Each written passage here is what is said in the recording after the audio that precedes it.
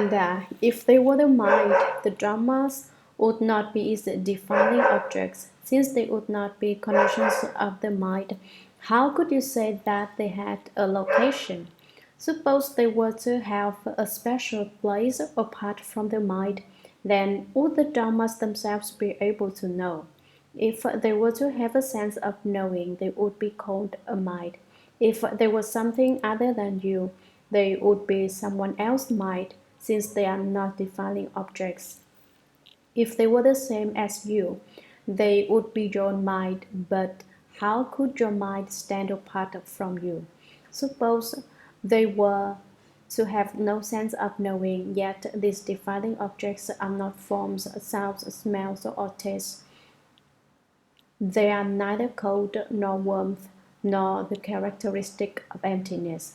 Where would they be located? We have established that they are represented in neither form nor emptiness, nor is it likely that they existed somewhere in the human realm beyond emptiness, for if they did, the mind could not be aware of them. Hence, then, would they arise? Therefore, when then would they arise? Therefore, you should know that neither Dhammas nor the mind has a location, and so the two places of mind and Dhammas are empty and false. Their origin is not in causes and conditions, nor do their natures arise spontaneously. Moreover, Ananda, why do I say that the 18 realms are basically the wonderful nature of true suchness, the treasury of the thirst come one? Ananda, as you understand it, the eyes and form create the conditions that produce the eyes consciousness. Is that the consciousness produced because of the eyes, such that the eyes are its realm, or is it produced because of form, such that form is its realm? Ananda, if it were produced because of the eyes, then in the absence of emptiness and form, it would not be able to make distinctions. And so, even if you had a consciousness, what use would it be? Moreover, your seeing is neither green, yellow, red, nor white. There is virtually nothing in which it is represented. Therefore, what is the realm established from? Suppose it were produced because of form. In emptiness, when there was no form, your consciousness would be extinguished. Then, why is it that the consciousness knows the nature of emptiness? Suppose a form changes, you are also conscious of the changing appearance, but your eyes consciousness does not change. Where is the boundary established? If the eye consciousness was to change when form changed, then there would be no appearance of a realm. If it were not to change, it would be constant, and given that it was produced from form, it should have no conscious knowledge of where there was emptiness. Suppose the eye's consciousness arose both from the eyes and from form. If they were united, there would still be a point of separation. If they were separate, there would still be a point of contact. Hence, the substance and nature would be chaotic and disorderly. How could a realm be set up? Therefore, you should know that as to the eyes and form being the conditions that produce the realm of eye consciousness, none of the three places exists. Thus, the three aspects of the eyes, form, and the form realm do not have their origin in causes and conditions, nor do their natures arise spontaneously. Moreover, Ananda, as you understand it, the ear and sound create the conditions that produce the ear consciousness. Is this consciousness produced because of the ear, such that the ear is its realm? Or is it produced because of sound, such that sound is its realm? Ananda, suppose the ear consciousness were produced because of the ear. The organ of hearing would have no awareness in the absence of both movement and stillness. Thus, nothing would be known by it. Since the organ would lack awareness, what would characterize the consciousness? You may hold that the ears hear, But when there is no movement and stillness, hearing cannot occur. How then could the ears, which are but physical forms, unite with the external objects to be called the realm of consciousness? Once again, therefore, how would the realm of consciousness be established? Suppose it was produced from sound.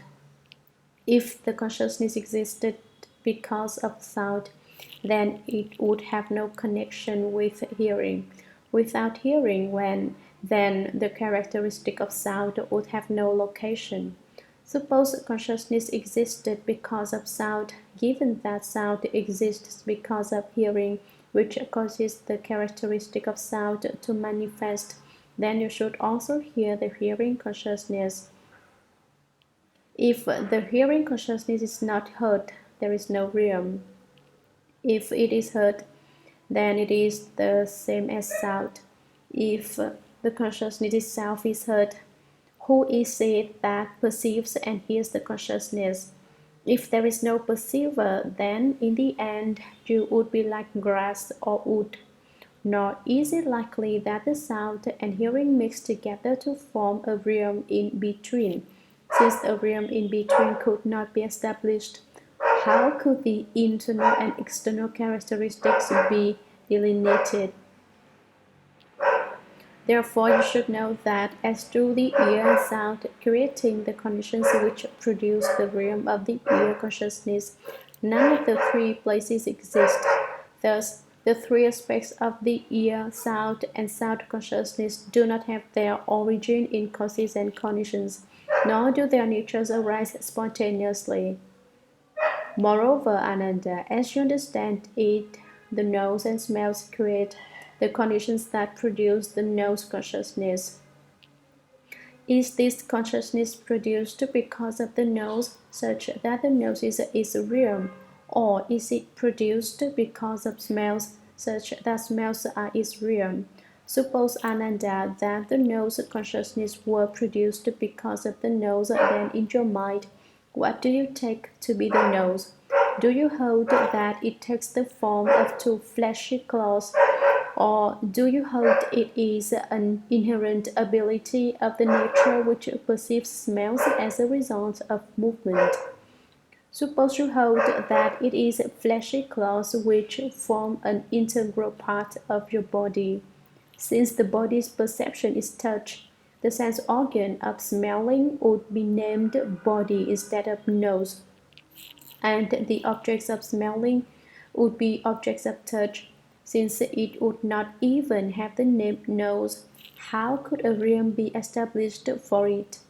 Suppose you held that the nose was the perceiver of smells, then in your mind, what is it that perceives?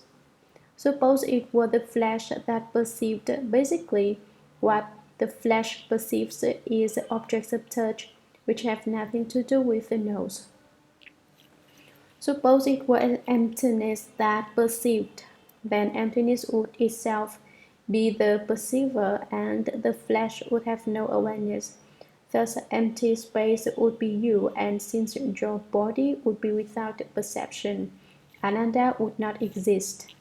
If it is the smell that perceives, perception itself would lie with the smell. What would that have to do with you?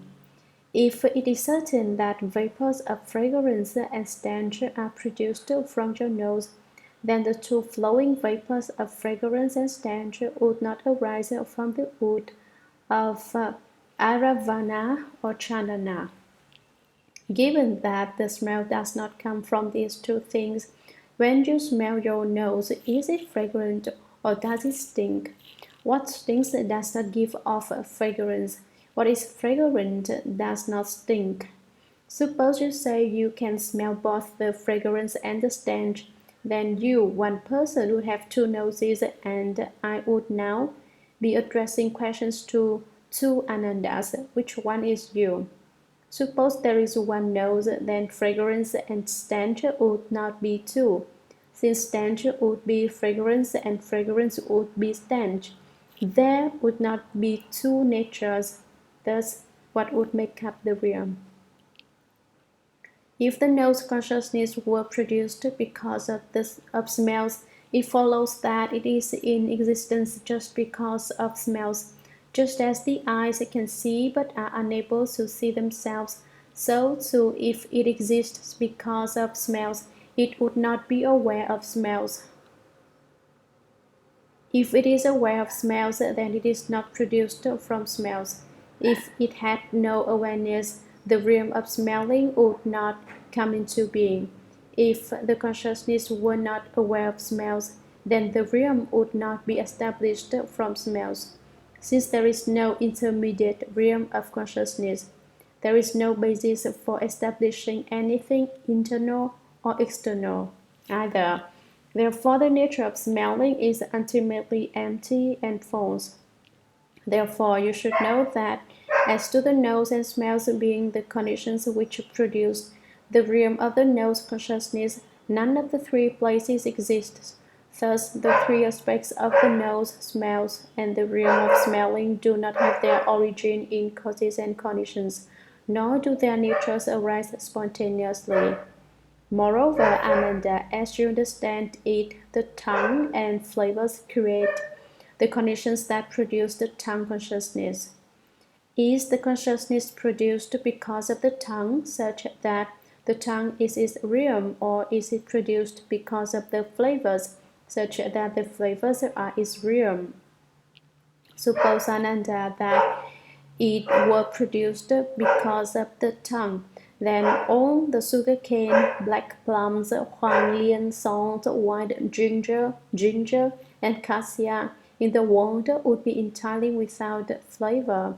Also, when you taste your own tongue, is it sweet or bitter? Suppose the nature of your tongue were bitter, then what would it be that tasted the tongue? Since the tongue cannot taste itself, who would have the sense of taste? If the nature of the tongue were not bitter, there would be no flavor engendered by it. Thus, how could a realm be established? If it were produced because of flavor, the consciousness itself would be a flavor. The case would be the same as with the tongue organ being unable to taste itself. How could the consciousness know whether it had flavor or not?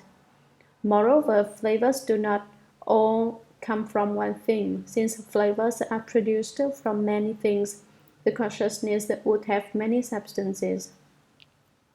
Suppose that the consciousness were of a single substance and that the substance was definitely produced from flavor. Then, when thought, bland, sweet, and pungent were combined, their various differences would change into a single flavor, and there would be no distinctions among them. If there were no distinctions, it could not be called consciousness. So, how could it further be called the realm of tongue, flavor, and consciousness?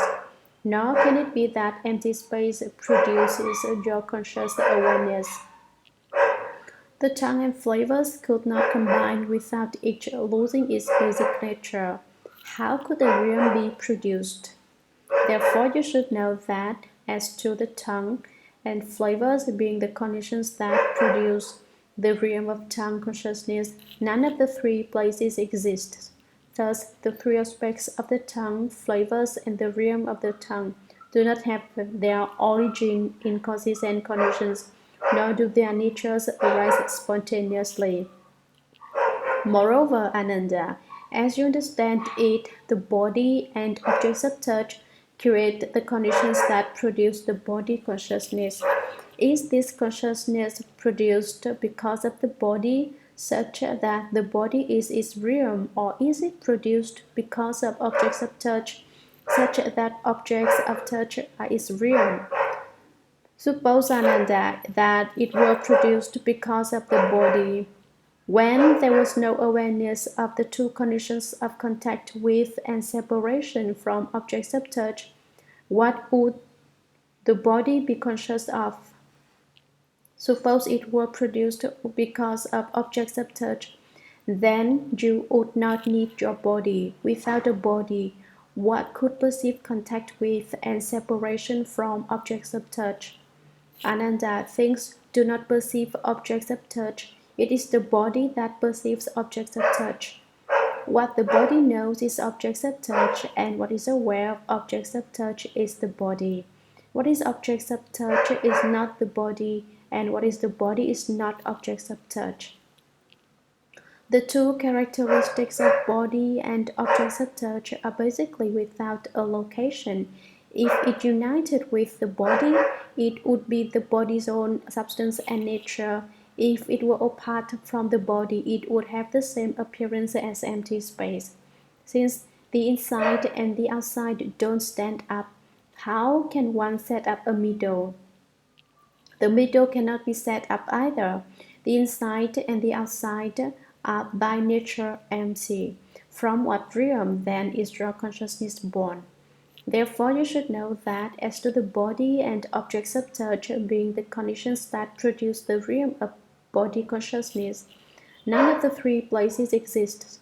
Thus, the three aspects of the body, objects of touch, and the realm of the body do not have their origin in causes and conditions, nor do their natures arise spontaneously. Moreover, Ananda, as you understand it, the mind and dhammas create the conditions that produce the mind consciousness.